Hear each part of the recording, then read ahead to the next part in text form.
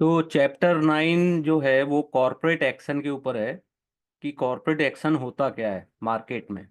तो corporate action आपको पता होगा। Dividend, right issue, bonus, stock split, consolidations, merger acquisitions, demerger, spin off, scheme of arrangement, loan restructuring, buy back of share, delisting and relisting of shares and share swap. इतने type के corporate actions होते हैं market में। ठीक है, इसको अपन detail में पढ़ेंगे, बहुत इंपॉर्टेंट है, यहाँ से क्वेश्चंस जनरली पूछे जाते हैं। तो इंपॉर्टेंट जो पॉइंट है, जो कॉर्पोरेट एक्शन है वो regulated by provision of the following. तो पहला होता है कंपनीज एक्ट 2013। ठीक है, सेबी का रिलेवेंट रेगुलेशन लगता है। Term of listing agreement enter into with the stock exchange.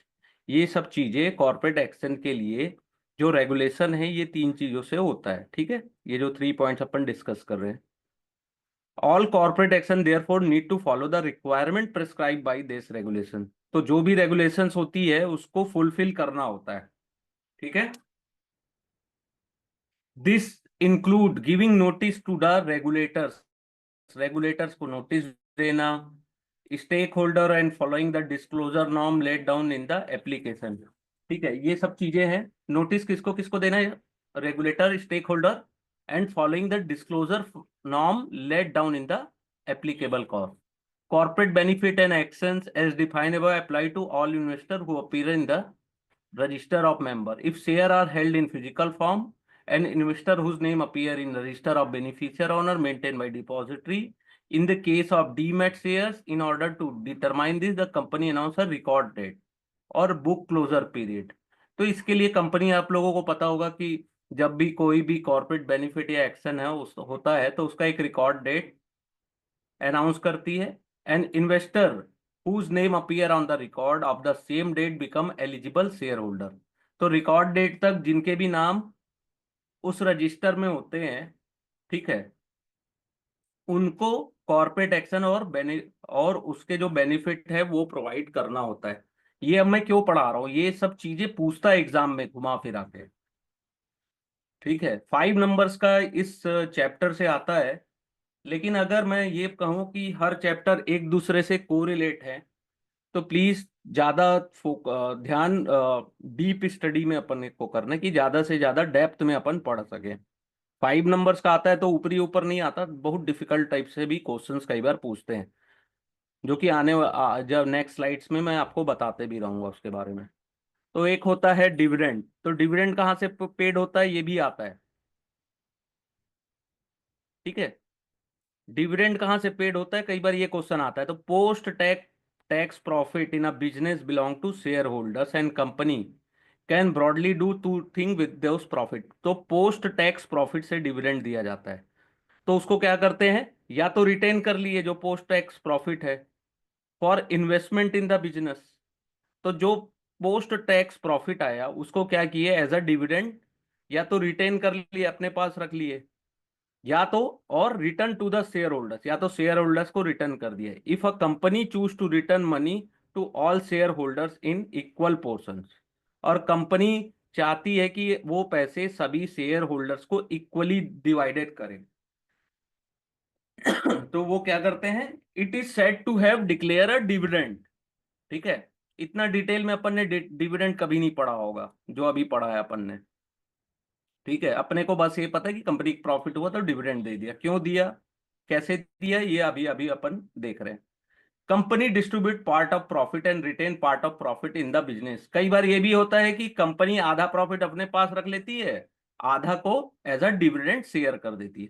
The proportion of distribution and retention of profit depend upon the opportunity available to plugging back to the profit in the business, nature of management, expectation of shareholders, and ultimately availability of cash in business to distribute the to the shareholder.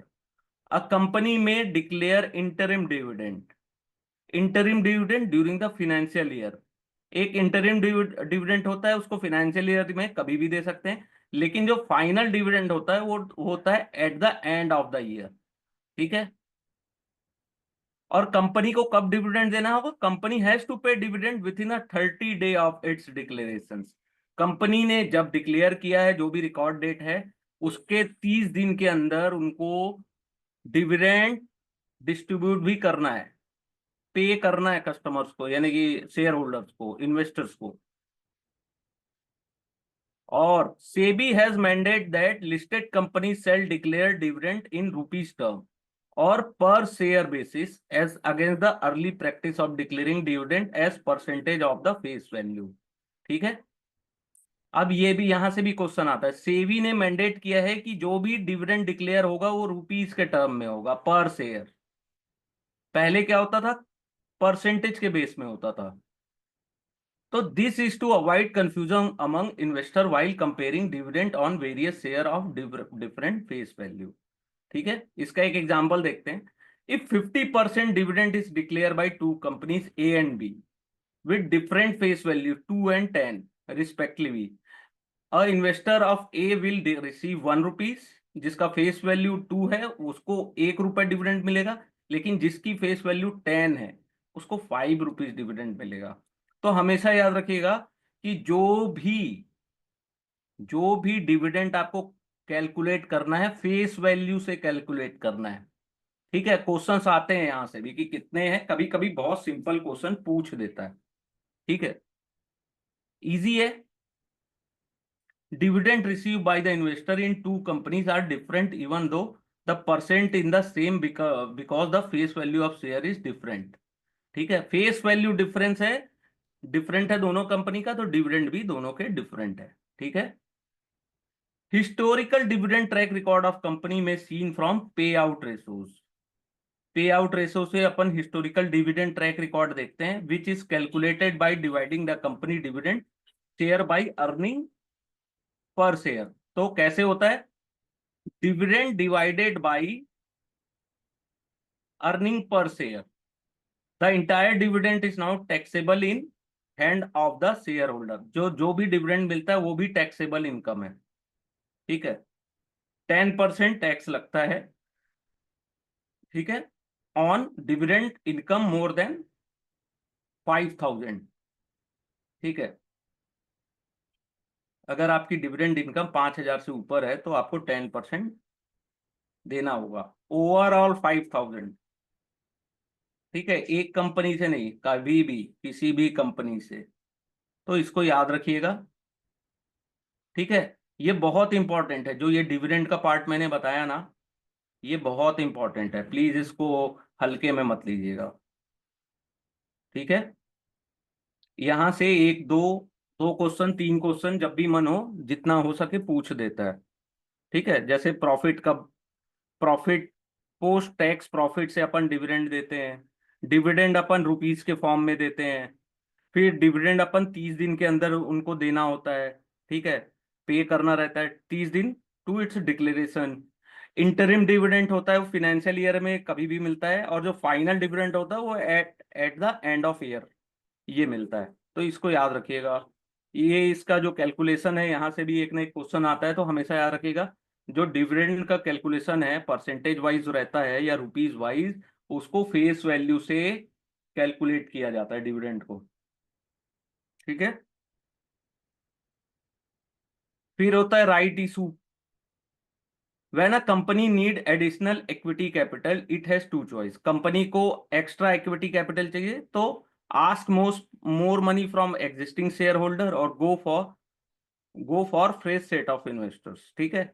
If company choose letter, यानी कि fresh set of investor के पास जाएगी, तो share of fresh set of investor proportion holding of existing dilute. तो नए share holders के पास जाने से या नए इन्वेस्टर खोजने से जो उनकी शेयर होल्डिंग होती है वो क्या होती है? डाइल्यूट हो जाती है। इसलिए क्या करती है company may have 10 lakh share of rupees 10 amount to a issued and paid up capital of 1 crore. If it issue another 10 lakh share to fresh set of investor to increase its capital, the proportion held by existing shareholder will come down by half। ठीक है। तो 10 lakh shares है और उनको 10 लाख और करेंगे, issued करेंगे, तो उससे क्या होता है कि उनकी शेयर होल्डिंग जो होती है वो हाफ हो जाती है। As the issue and paid up capital has doubled, ठीक है, this is called the dilution of holding. इसको याद रखिएगा, डाइल्यूट हो जाता है, ये जरूर याद रखिएगा। The company act required that company which want to raise more capital through a issue of share must first offer them to existing shareholder। तो कंपनी एक्ट के अकॉर्डिंग अगर किसी कंपनी को पैसे उठाने हैं तो सबसे पहले वो एग्जिस्टिंग शेयर होल्डर्स को ऑफर करेंगे, ठीक है।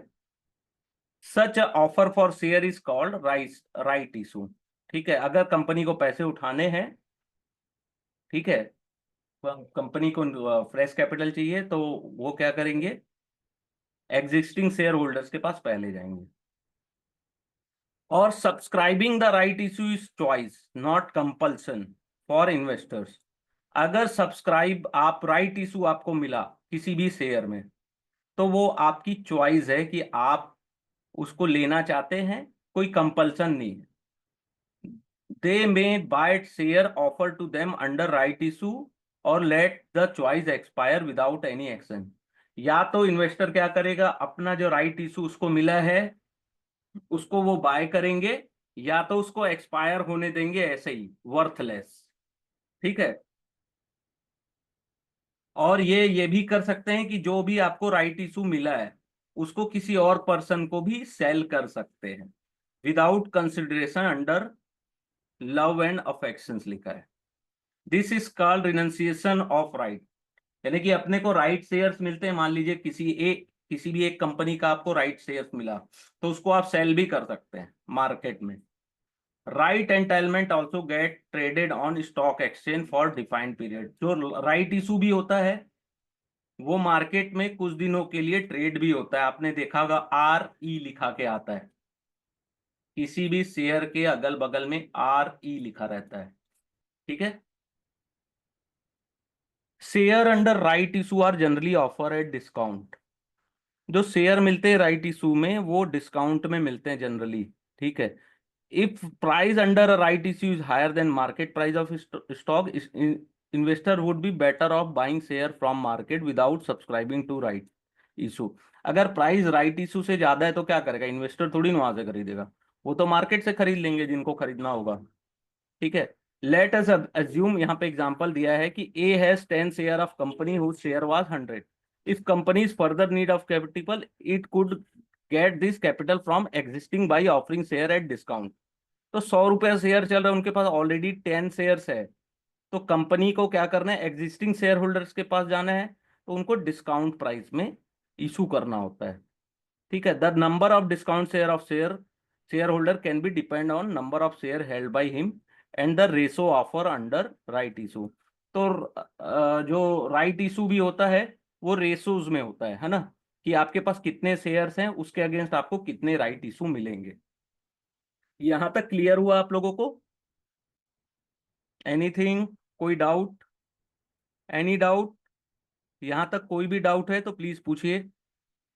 राइट इशू से भी क्वेश्चंस आते हैं, और ये जो थ्योरेटिकल क्वेश्चन है ना, थ्योरी वाले, इसमें अपने को ना रेयरली रेयरली गलती करना है। अगर इसमें मिस्टेक करेंगे ना तो फिर बहुत दिक्कत होती है एग्जाम में, ठीक है। अब रेशोज में कैसे होता है, if company issue 1 for 2 right issue, तो right issue at 70 rupees per share, share A will have right to buy 1 share for every 2 share held by them at ₹70। As A has 10 share he can buy 10 more share at 70, ठीक है। तो एक के बदले 2 के बदले 1 मिला, तो 70 रुपया में उसको 5 शेयर मिल रहे 70 रुपया में, ठीक है। In practice, company allows shareholder to apply the additional share beyond their entitlement because some shareholder may neither apply for share under their entitlement, transfer their right to other, and those share may be available to issuance of these shareholder who desire additional shares। तो simple ये समझ जाइए कि right issue में किसी भी company को ratios में एक तो मिलेगा, दूसरा आप एग्जिस्टिंग शेयर होल्डर्स के पास पहले जाएंगे, ठीक है, और आपको डिस्काउंट रेट में वो शेयर मिलेगा, ठीक है। और उसको आप एक्सरसाइज करना चाहते हैं तो आपकी मर्जी है, सेकेंडरी मार्केट में सेल करना चाहते हैं तो आप सेल भी कर सकते हैं। अगर उसको आप नहीं सेल करना चाहते, वर्थलेस रहे, तो आप वर्थलेस ऐसे भी जाने दीजिए, कोई इशू नहीं होता उसमें। ठीक है। A right issue of share must follow all regulation of SEBI. ठीक है, सेबी के सभी रेगुलेशन फॉलो करने हैं। Listed company making a right issue shall fix a record date, उसका भी रिकॉर्ड डेट आपको बताना है कि आप कब कब कौन से शेयर होल्डर्स के लिए एलिजिबल है। The company must issue a letter of offer giving detail of issue including the purpose which fund are being raised. The draft letter of offer must be filed with SEBI. ठीक है। अ arbitrage letter of offer must be dispatched to all investor at least 3 days before the issue open. Investor can also apply a plain paper if they do not receive the application form. ठीक है। A right issue for subsequent minimum, अब ये याद रखिएगा कि minimum 15 दिन के लिए सब्सक्रिप्शन जो उसका ऑन होता है, और मैक्सिमम 30 डेज के लिए। यहां से भी क्वेश्चंस आते हैं कि राइट इशू कितने दिन के लिए मिनिमम ओपन होता है, 15 और maximum 30। As a result of right issues, total number of outstanding share goes up with corresponding increase in cash in the asset side of balance sheet. ठीक है। If shareholders subscribe to their full entitlement and right, the proportionate ownership remain unchanged and number of sharehold held by them goes up. ठीक है, यहां तक clear. देखिए, यही अपन ने last class में भी थोड़ा सा शॉर्टकट में पढ़ा था, अभी ये थोड़े डिटेल में है। ठीक है।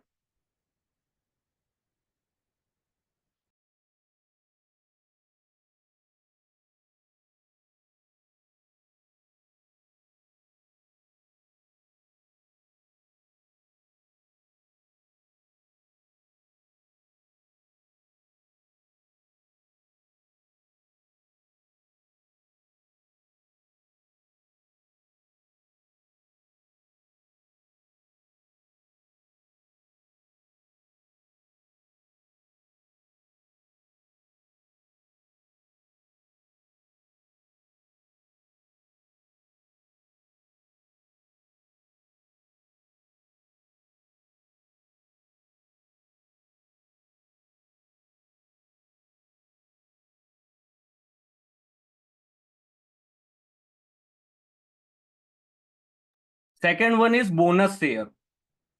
बोनस शेयर को भी also known as equity dividend होता है ये। ठीक है। Is alternative to cash dividend. Bonus share are issued to existing share holder by company without any consideration from them. जो भी अपने शेयर होल्डर्स हैं उनको उनके कंसिडरेशन के बिना भी अपन बोनस इशू कर सकते हैं। The reserve lying in the book of company get transfer to another head. तो जो रिजर्व है कंपनी के पास पड़ा है बुक में, वो ट्रांसफर हो जाएगा अनदर हेड, पेड अप और सब्सक्राइब कैपिटल में। ये याद रखिएगा। The share holder do not pay anything for this share, there is no change in the value of their holding in pre and post bonus stage. The issuance of bonus share is more to influence the psychology of investor without any economical impact. तो bonus share से कोई भी आपको economic benefit नहीं मिलता है, केवल influence of psychology investors की वो इंप्रूव होती है। ठीक है। और जो आपके शेयर्स के काउंट हैं वो डबल हो जाते हैं, जैसे दो, एक के बदले एक मिल रहा है तो डबल हो गए आपके शेयर, लेकिन उसकी जो वैल्यू है वो उतनी ही रहती है। The entitlement to the bonus share depend upon the existing shareholder of the investor. A bonus issued in the ratio of 1:3 entitle a shareholder of one bonus share for every 3 share held by them. यानी किसी के पास 3 share है तो उनको एक bonus share मिलेगा। The company make the bonus out of its free reserve. ठीक है, कंपनी बोनस कहां से देती है? अपने फ्री रिजर्व से। Build from genuine profit. Reserve build from revaluation of assets are not allowed to consider for making a bonus. ठीक है, जो भी उनको सही प्रॉफिट हो रहा है उससे, असेट्स के रिवैल्यूएशन से नहीं। Company can not make bonus in issues if it has default on payment of interest. तो कोई भी कंपनी, ये याद रखिएगा कि कोई भी कंपनी बोनस इशू नहीं कर सकती अगर उन्होंने किसी भी डेब्ट ठीक है, उसके पेमेंट ऑफ इंटरेस्ट या प्रिंसिपल को डिफॉल्ट किया है।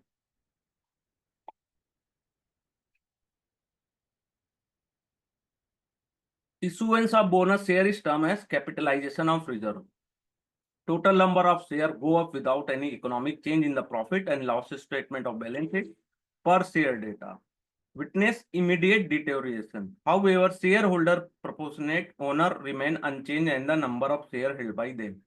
ठीक है, तो ये चीज याद रखिएगा, इसमें कोई इकोनॉमिक आपको मिलता नहीं है। और फ्री रिजर्व जो होता है, जो जेन्यून प्रॉफिट से बनता है कंपनी का, वहां से वो बोनस देते हैं। और बोनस का रेशो डिपेंड करता है कि कंपनी कैसे इशूट करती है। जैसे अभी रिलायंस का आया था, कंपनी का 2700 या 2800 से वो फिर वो स्प्लिट बोनस मिला तो 1200 रुपया उसका दाम हो गया अभी, 1200 या 1300। If share of company were trading at 1000 rupees, अब बता रहा हूं यहाँ पे एग्जांपल से, तो पोस्ट बोनस 1:1, तो शेयर का प्राइस कितना हो गया 500 to maintain post market value. ठीक है, तो पहले 100 शेयर थे, 1000 रुपया, 1000 रुपया के दाम से, तो 1 लाख रुपीज हुआ। लेकिन अब क्या होगा, बोनस के बाद 500 इंटू 200। ठीक है, तो इकोनॉमिकल वैल्यू उतनी ही, लेकिन शेयर्स के जो काउंट है वो बढ़ गए। ठीक है, इससे लिक्विडिटी भी आती है मार्केट में कई बार। स्टॉक जब स्प्लिट होता है तो काउंट बढ़ जाते हैं, या बोनस आता है तब। स्टॉक स्प्लिट करते हैं, ये भी इंपॉर्टेंट चीज है। क्या होता है कि कोई भी शेयर ऊपर जा रहा है, ऊपर जा रहा है, इतने ऊपर जाता है कि लोगों का ना दिमाग में ये लगता है कि बहुत ज्यादा महंगा हो चुका है वो शेयर। तो क्या करते हैं, उसी टाइम पे स्टॉक को स्प्लिट कर देते हैं, जैसा भी कंपनी का वन होता है, 1:5 में या 1:2 में। तो स्टॉक स्प्लिट ऑफ 1:5 में split of existing share holder into 5। ठीक है, तो जिसकी फेस वैल्यू 10 थी, अगर उसका शेयर डिवाइड हो गया 1:5 में, तो नई फेस वैल्यू हो गई 2 रुपीज। ठीक है, investor hold 100 share of a company with face value of 10, और स्प्लिट होने के बाद उनके पास कितने शेयर हो गए, 500 share with face value of 2। There is no change in share capital since increase in number of share it's offset by falling in the face value. ठीक है, company consider splitting their share if price of the share in secondary market are seen to be very high and restricted the particular participation by investors। ठीक है, ये याद रखिएगा, share secondary market में बहुत ज्यादा हाई हो चुका है और बहुत सारे इन्वेस्टर पार्टिसिपेट नहीं कर पा रहे हैं। ठीक है, तो और पोस्ट स्प्लिट से क्या होता है, पोस्ट स्प्लिट होने से share lead to greater liquidity, similar to bonus. Bonus के जैसे इसमें भी आउटस्टैंडिंग शेयर्स कंपनी के बढ़ जाते हैं, लेकिन इसका कोई इकोनॉमिक बेनिफिट नहीं होता है। ठीक है, जैसे एसबीआई का जो शेयर है, उसका पहले फेस वैल्यू 10 था, उसको 1/10 में डिवाइड किया गया तो ₹1 आ गया।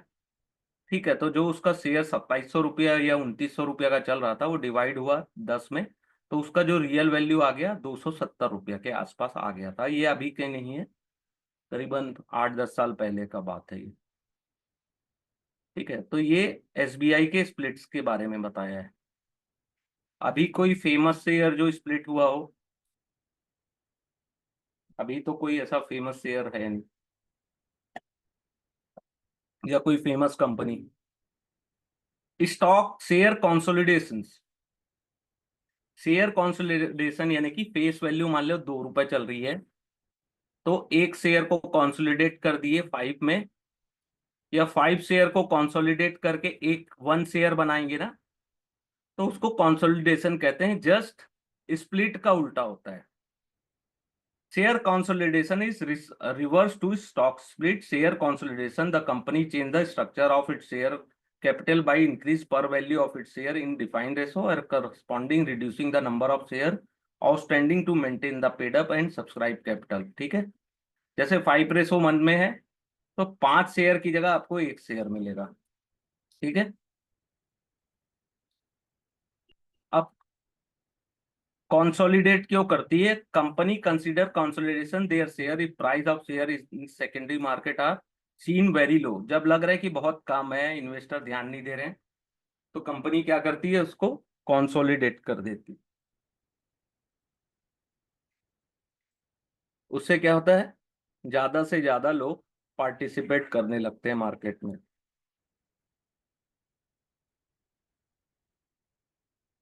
यहां तक समझ में आया? KPI green. अच्छा अच्छा, देखूंगे उसका केपीआई कब हुआ था।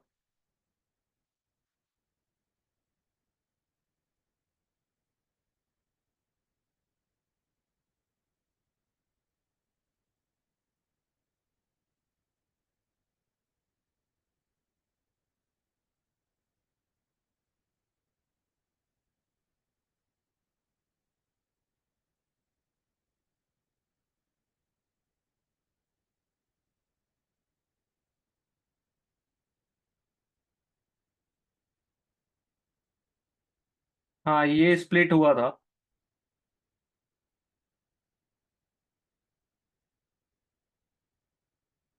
ये अगर चार्ट में आप देख पा रहे होंगे तो ये स्प्लिट हुआ था यहाँ पे। तो 560 रुपए से इसका प्राइस 151 के पास आ गया था स्प्लिट होने के बाद। यहाँ पे स्प्लिट हुआ था।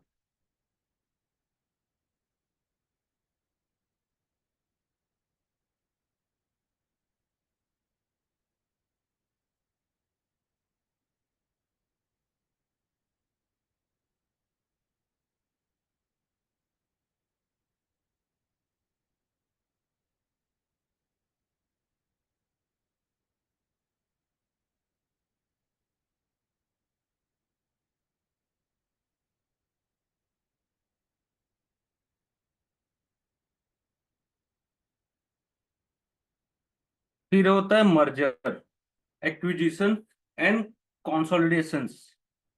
Merger, acquisitions, and consolidation are corporate action which result in change in the ownership structure of company involved. In a merger, acquire buy up the share of target company and it's absorbed into the acquiring company and cease to exist. The asset and liability of target company are taken over by the acquirer. तो किसी भी companies को कोई target करती है, बड़ी companies, और धीरे धीरे उनके पूरे शेयर्स को खरीदते जाती है मार्केट में। ठीक है। और धीरे से उनकी असेट लाइबिलिटी को भी टेक ओवर कर लेती है। इन द एक्विजिशन और take over, the acquire company acquire all and substantial portion of company to the target company. Both entity typically continue to exist after the acquisitions. ठीक है। तो acquisitions कैसे होता है? एक होता है synergy. Each company have distinct efficiency that when combined together may result in greater economic benefit. तो दो कंपनी है जिनका डिस्टिंक्ट है, अलग अलग है, लेकिन अगर वो कंबाइन हो जाए तो ग्रेटर इकोनॉमिक बेनिफिट मिलेगा। तो इसके लिए क्या करते हैं? The combine entity can be benefit from economy of scale, forward backward integration, expanded the market for their product and service. ठीक है। तो सिनर्जी के लिए increase revenue and market shares.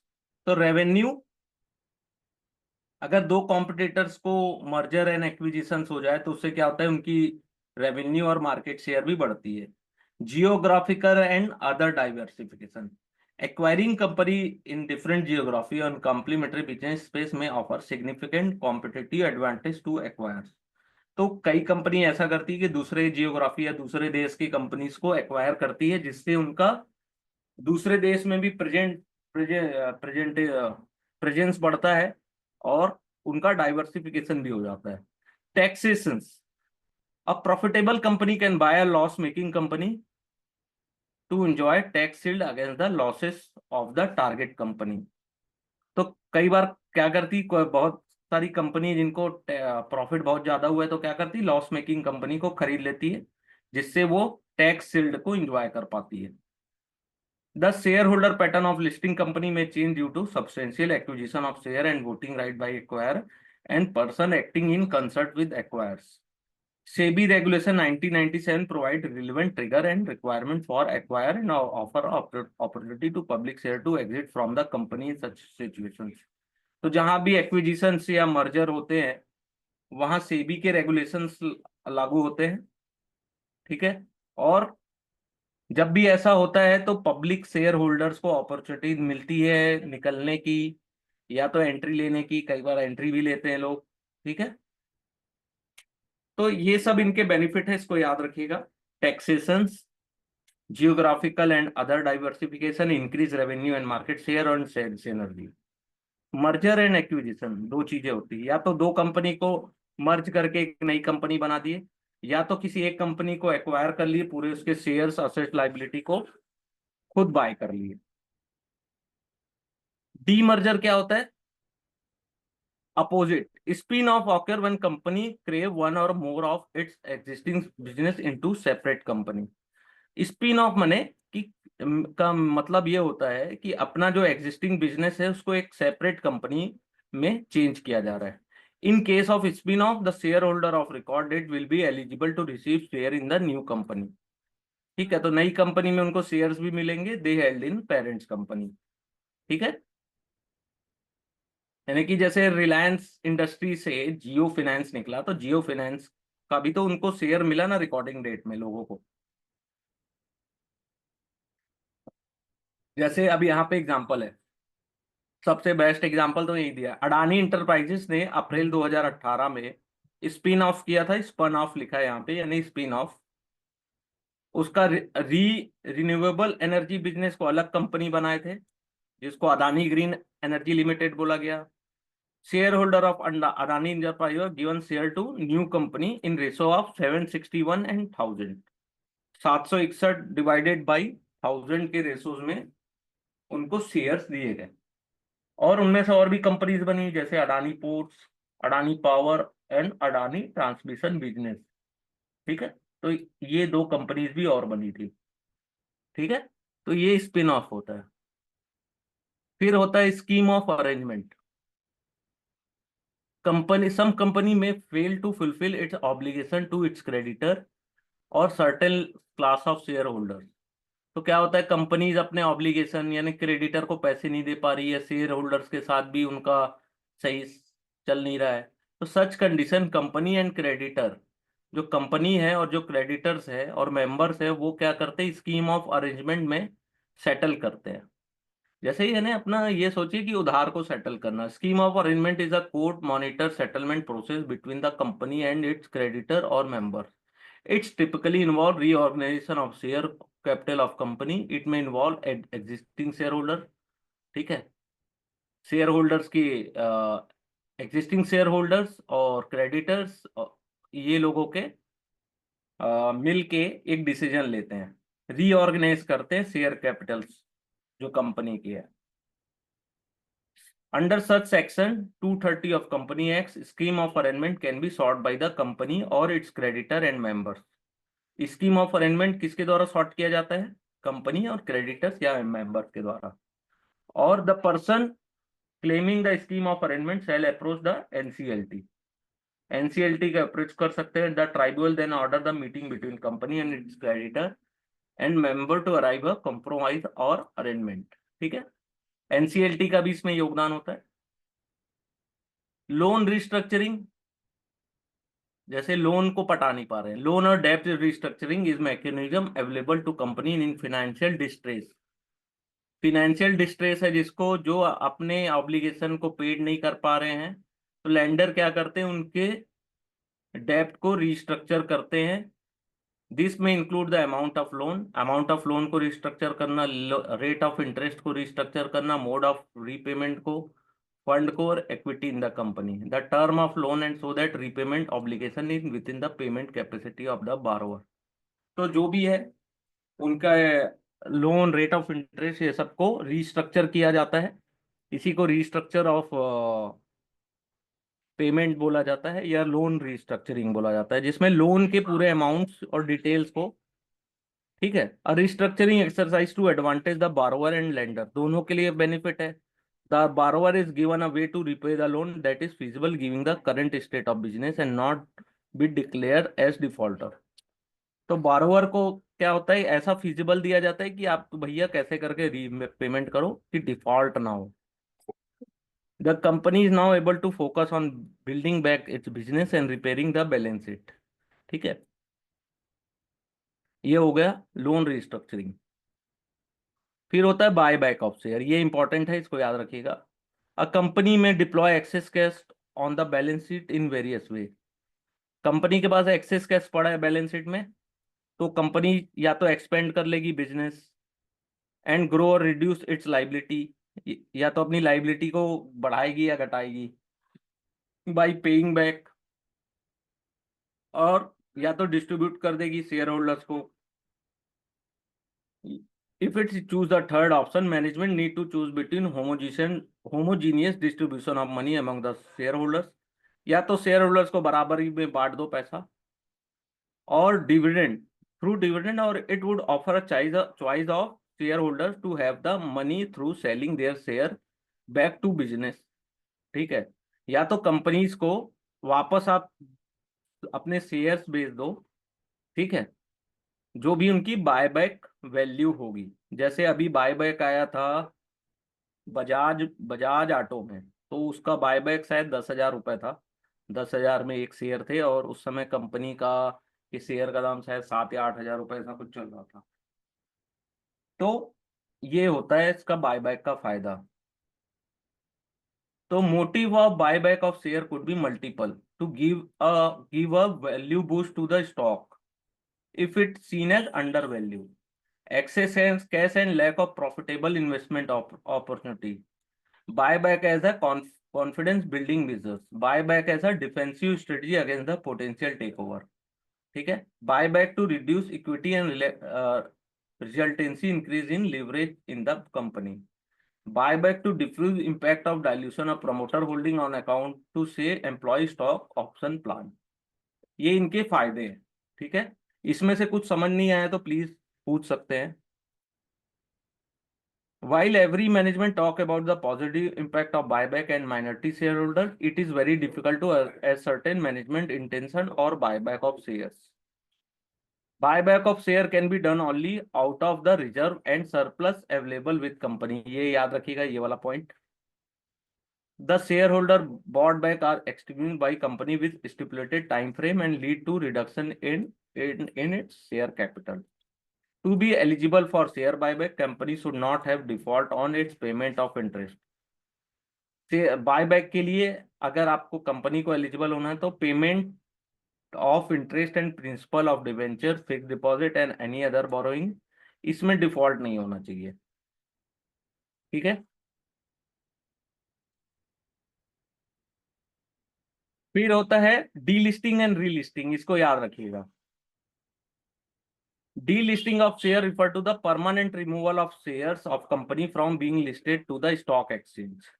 Permanent अगर कंपनी को रिमूव किया जा रहा है कि वो वापस से स्टॉक एक्सचेंज में लिस्ट नहीं होगा, तो डीलिस्टिंग कहलाता है। तो डीलिस्टिंग में भी कंपलसरी है और voluntary. Compulsory delisting, the share are delisted on account of non compliance to regulation and clause of the listing agreement by the company. Compulsory में क्या है कि आपने कंप्लायंस, नॉन कंप्लायंस है, रेगुलेशन फॉलो नहीं कर रहे, तो आप डीलिस्ट हो जाओ। In a voluntary delisting company choose to get the share delisted and go private. Voluntary में क्या होता है, कंपनी खुद चूज कर रही है कि हमको डीलिस्ट होना है और प्राइवेट कंपनी बननी है। The motive may range from regulatory reporting complexity and compliance overhead to merger. ठीक है, बहुत सारी रेगुलेशन फॉलो करने पड़ते हैं, सीबी का भी बहुत सारी चीजें लगती, तो कई बार कंपनी सोचती कि रहने दो भैया अपन डीलिस्ट हो जाते हैं और प्राइवेटली करेंगे। प्राइवेट ऐसा लिस्टेड कंपनी रहे नहीं रहेंगे, पब्लिक सेक्टर या private sector. The motive may range from regulatory reporting complexity, क्योंकि रेगुलेटर जो है सेबी, उसको बहुत सारी रिपोर्टिंग देना पड़ता है जो कि बहुत कॉम्प्लेक्स है। ऑन कंप्लायंस, और कंप्लायंस को फॉलो करना पड़ता है over to merger and acquisition. Sometime to have freedom to execute a change strategy, any voluntary delisting has to happen as defined in the regulation of SEBI। ठीक है, delisting and relisting याद रखिएगा, बहुत important है, यहाँ से एक ना एक क्वेश्चन आते ही आते हैं। SEBI regulation among the other required that promoter group provide a exit opportunity to all shareholder। तो सेबी का रेगुलेशन कहता है कि प्रमोटर ग्रुप को ये अवसर सभी शेयर होल्डर को प्रोवाइड करना चाहिए कि वो सभी एग्जिट हो जाए। The promoter and promoter group should invite bid to acquire the share through a reserve book building process, reverse book building process। ठीक है। तो प्रमोटर एंड प्रमोटर ग्रुप क्या करते हैं कि बीड इनवाइट करते हैं कि हम रिवर्स बुक बिल्डिंग प्रोसेस बनाए हैं, आप आइए अपने शेयर्स बेच दीजिए। Under this system promoter need to specify the floor price. तो डी लिस्टिंग होती है वॉलेंट्री, उसमें आप फ्लोर प्राइस भी डिसाइड रहता है। Share holder then specify the price at which they are willing to sell the shares. तो share holders भी डिसाइड करते हैं कई बार कि हम किस प्राइस में बेचना चाहते हैं। Promoter can accept the bid, या तो एक्सेप्ट कर सकता है बिड प्राइस या रिजेक्ट कर सकता है। To provide a counter party to the counter offer to the public, voluntary delisting को can go through only if the promoter holding the entity cross 90%। ठीक है। Voluntary delisting can go through if promoter holding in the entity cross 90%। If that not possible cannot the company cannot delist. Further, the at least 25% of shareholders should participate in reverse book building। 90% अगर promoters के पास आ जाते हैं तब delist होता है, और at least 25% of public share holder अगर participate करते हैं तब होता है। ठीक है। इफ कंपनी डीलिस्ट हो गया लेकिन कुछ शेयर होल्डर्स के पास अभी भी पब्लिकली पड़ा है, तो such share holder have the right to sell their share to the promoters. Promoters offer to buy दो share at the exit price within 1 year. अगर रीलिस्ट हो गया, डीलिस्ट हो गया कंपनी, और अपने को पता नहीं है या कुछ कारणवश अपन पार्टिसिपेट नहीं कर पाए, तो प्रमोटर्स उन शेयर्स को 1 साल के भीतर में with in 1 year they can by this share from investors. ये भी इंपॉर्टेंट पॉइंट है, इसको याद रखिएगा। A minority shareholder can be forced to exit at the time of delisting of share from the stock exchange। ठीक है। Minority अगर share holder है तो उसको फोर्स करके अपन can be force to exist. ठीक है। Uh delisting can can can come to relisting, यानी कि डीलिस्ट हुआ है तो रीलिस्ट भी हो जाता है। कैसे होता है? SEBI through its regulation specify the time post with the company can release its share. As per SEBI regulation of 2000, company can apply for relisting 5 year after delisting in the case of voluntary. 5 साल के अंदर अगर delist हुए हो voluntary, और 10 year after delisting in the case of compulsory delisting. ठीक है, ये याद रखिएगा। ये दोनों में से भी क्वेश्चंस आते हैं कि अगर वॉलंटरी डीलिस्टिंग हुई है तो वापस रीलिस्टिंग कब होगी? 5 साल के बाद। और कंपल्सरी डीलिस्टिंग हुई है तो 10 साल के बाद। ये चीज को याद रखिएगा। थोड़ा सा कंफ्यूजिंग है, डीलिस्टिंग रीलिस्टिंग रीलिस्टिंग डीलिस्टिंग हो रहा है, लेकिन है बहुत इजी टर्म। फिर होता है share swap. Swap simply mean exchange of something. Share swap mean exchanging one set of share with another set of share. ठीक है, एक हाथ से लो एक हाथ से दो। इसमें आपको कोई प्राइसिंग का कुछ वो नहीं करना है कि प्राइस आप ये प्राइस वो प्राइस, बस शेयर को एक्सचेंज होता है। The term share swap is often use during the merger or acquisition of company when acquiring company use its own stock as cash to purchase the business। Each shareholder of acquiring company receive predetermined amount of share from acquiring company। तो दो company अगर acquisition या merger हो रहा है तो उनकी एक रेशो रहता है कि 1:10 या 20:30 40। तो इस टाइप से स्वैपिंग होती है। ठीक है। Before the swap occur each party में accurately value its company so that the fair swap ratio can be calculated. तो फेयरली स्वैप होना चाहिए, तो अपनी कंपनीज की वैल्यू को भी डिसाइड, यानी कि वैल्यू सही निकालना जरूरी है अपनी ईच कंपनीज की। ठीक है, ये चीज हो गई शेयर स्वैप। यहां तक इसके बाद अगर कोई भी क्वेश्चन है तो प्लीज पूछ सकते हैं।